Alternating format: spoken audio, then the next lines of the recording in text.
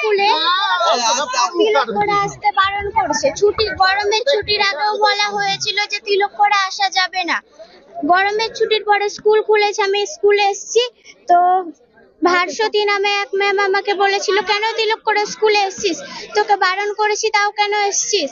আমার বাবা মা বলেছিল তিলক করে আসতে, তাই আমি এসেছি। ম্যামকে বললাম যে কোন কারণে তিলক করে স্কুলে আসবো না আর তিলক করে স্কুলে আসা যাবে না।